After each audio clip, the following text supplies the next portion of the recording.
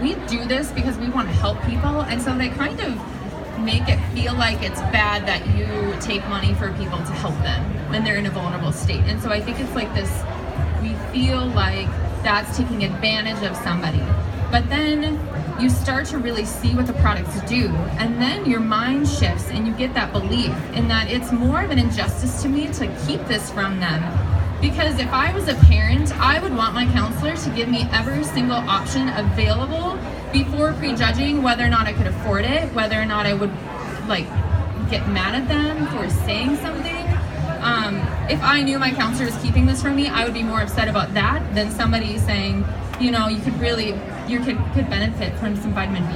I mean, I think if you're gonna get upset clap with me, for that's like a heck yeah, right? So yeah, that's just the belief. So you got Yeah.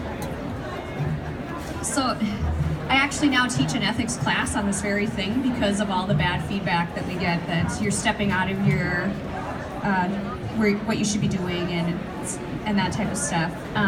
So in my practice, that it is common where that people will say that to the most part. But anyway, so I do a lot of education.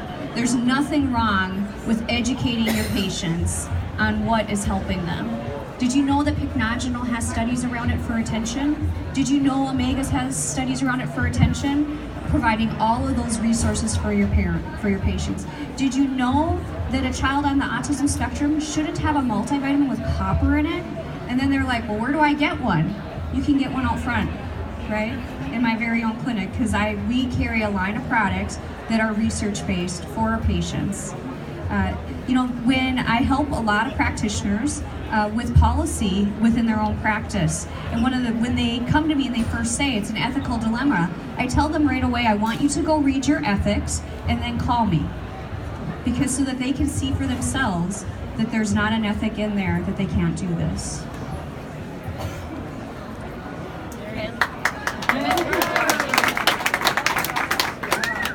So for me, I'm a solo practitioner, and within that, I do it a little bit differently because where I'm at, and I've only been open in my own private practice for 2.5 years. I've just expanded, thankfully. So we're growing. But I definitely make sure that in all of my intake paperwork, it's made clear that this is given to you as a convenience and as a resource and as an addition to, and it's your choice whether or not you're going to take this or not. So that's first and foremost, that it's up front. And sometimes I have people, is this mandatory? I said, no. But this is an option for you because I know that these things work. And just like Val said, just that education piece of letting people know how our neurotransmitters and serotonin, melatonin are all produced.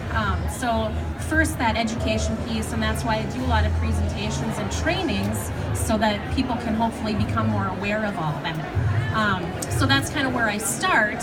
And then, when I'm working with patients, it's just making sure that this is, again, just their option. And so they can definitely choose to do it or not to do it. And then, ditto what they said. So, but we constantly have people question, well, that's out of your scope of practice, or that's not ethical. One thing that I did do to just learn more and be more educated was to get my health coaching certification. So I went through the Institute for Integrative Nutrition, which Larry Rogowski is also a graduate. So I did that just because it gives me more information. I learned so much more stuff by doing that. But then it also gives me the letters behind the name, basically, which is helpful. So, because people do look at you and go, well, you're not a doctor. I'm just gonna go talk to my doctor about that.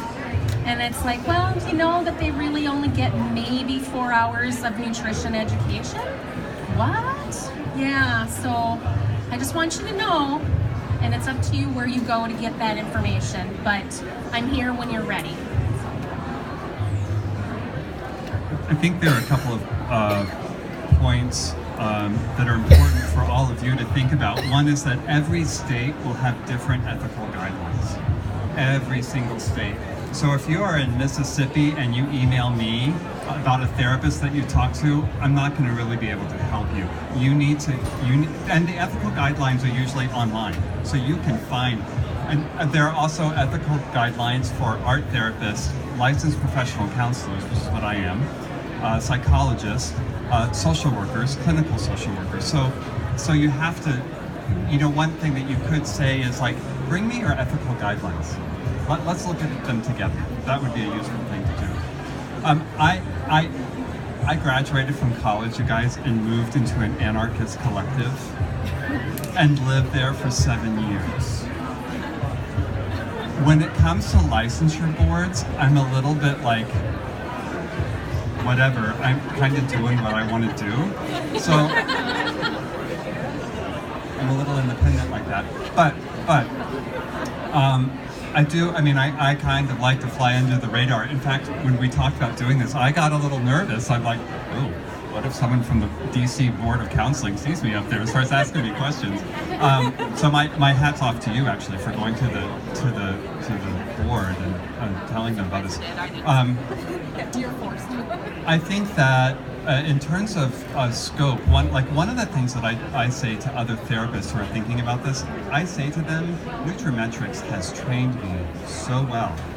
There is nothing that I am telling my clients that is not science-based, and that I don't have articles that I can show. So they're like, are you trained in nutrition? You know what? I say yes. Dr. Nancy Miller-Ely lives down the road from me. If I have questions, I pick up the phone and call the very best, right? If I have questions when my female clients come in and they're talking about deep depression around their periods, I pick up the phone and call